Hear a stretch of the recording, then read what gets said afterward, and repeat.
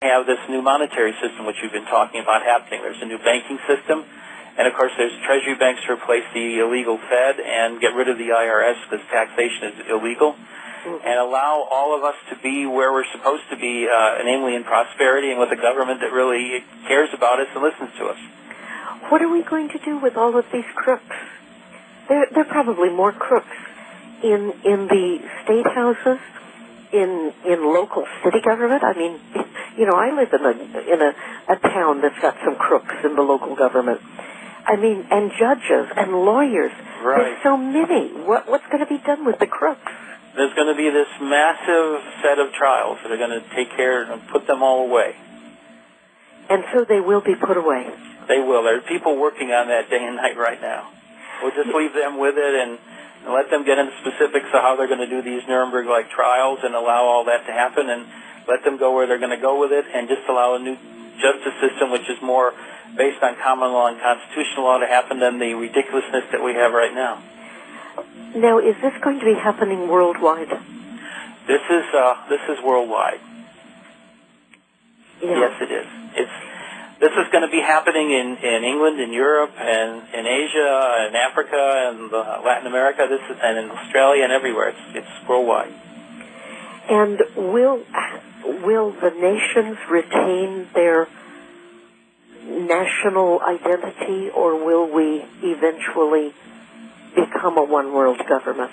Well, what we're going to do initially is maintain the national sovereignty, because that's what's important right now, is for all the nations of the world.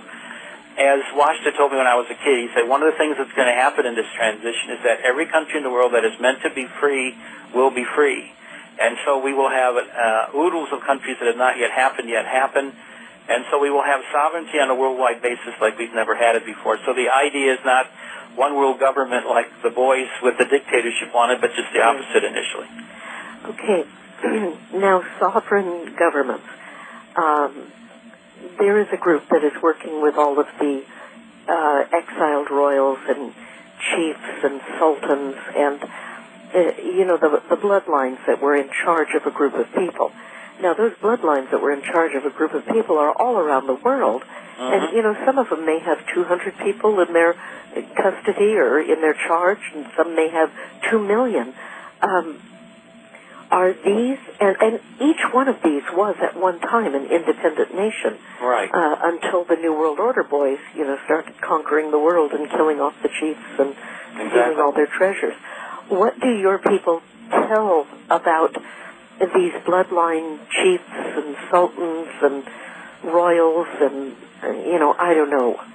Are they going to be around, or are just their nations going to be around? Well, their nations are going to be around. They're going to play a part in their development of their nations.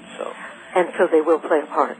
They will play a part. There's a lot of unfinished business on this planet that needs to get done to prepare us for the next level, which is to become fully conscious. But first we have to complete what was meant to really happen in this limited conscious reality. So sovereignty, governments cooperating with one another, people really understanding their history, learning about who what they really are and not the games that people have been telling them for the last few decades, the real stuff. And that's basically what is supposed to happen very quickly here.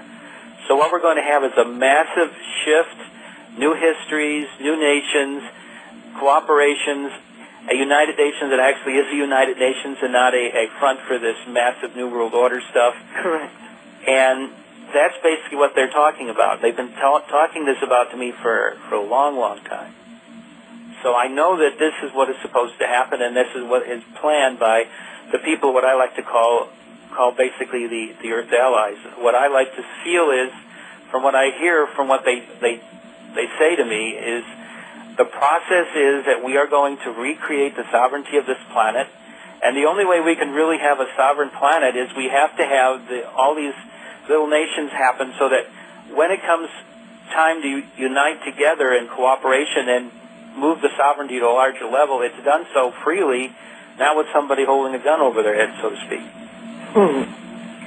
Interesting. I just somehow, someone sent me an email, and evidently there's been a court declaration and a copy of the Kenyan birth certificate for Barack Obama, and I wonder if this is the reason he happens to be out at Camp David. the other thing, suddenly our indigenous Native Americans, suddenly a holiday has been declared for these people. And it's like, what?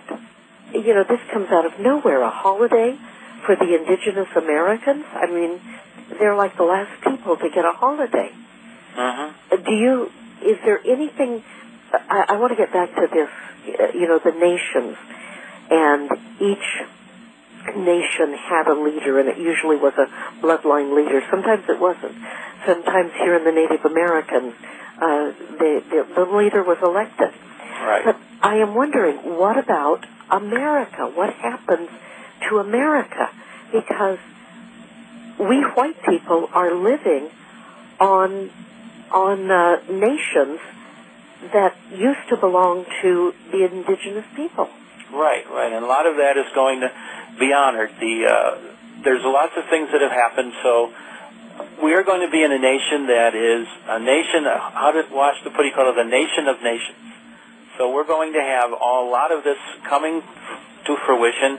There are a lot of Native peoples that have been denied of being who they are. Right. That's all gonna happen. We're gonna the network and the look of the United States when this gets all done will be different, because we're going to learn to cooperate on local levels and on state levels and on interstate levels with indigenous peoples in a way that's never been done before. And this is something also that many of the Native American prophets of the last century were able to easily predict to their people. And of course, it sounded crazy when they said the grandchildren or the great-great-grandchildren of the white men alive today, and this was in the 1800s, would be people who would be friends and would honor the Native Americans. And of course, back then they thought these guys had smoked something strange.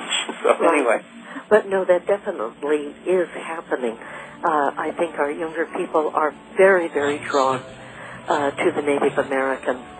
And folks, you're listening to Radio RNN. I'm talking with Sheldan Nidle, and we are just talking about some of the things that may be coming very shortly in our future. So we'll be right back here on Radio RNN on the Micro Effect Broadcast Network. We hope you've enjoyed this free excerpt from today's program. In the near future, you will be able to download and purchase the complete interview for a modest fee. Check this website for details. Join us next time for a live broadcast of Rumorville News Radio. And tell your friends.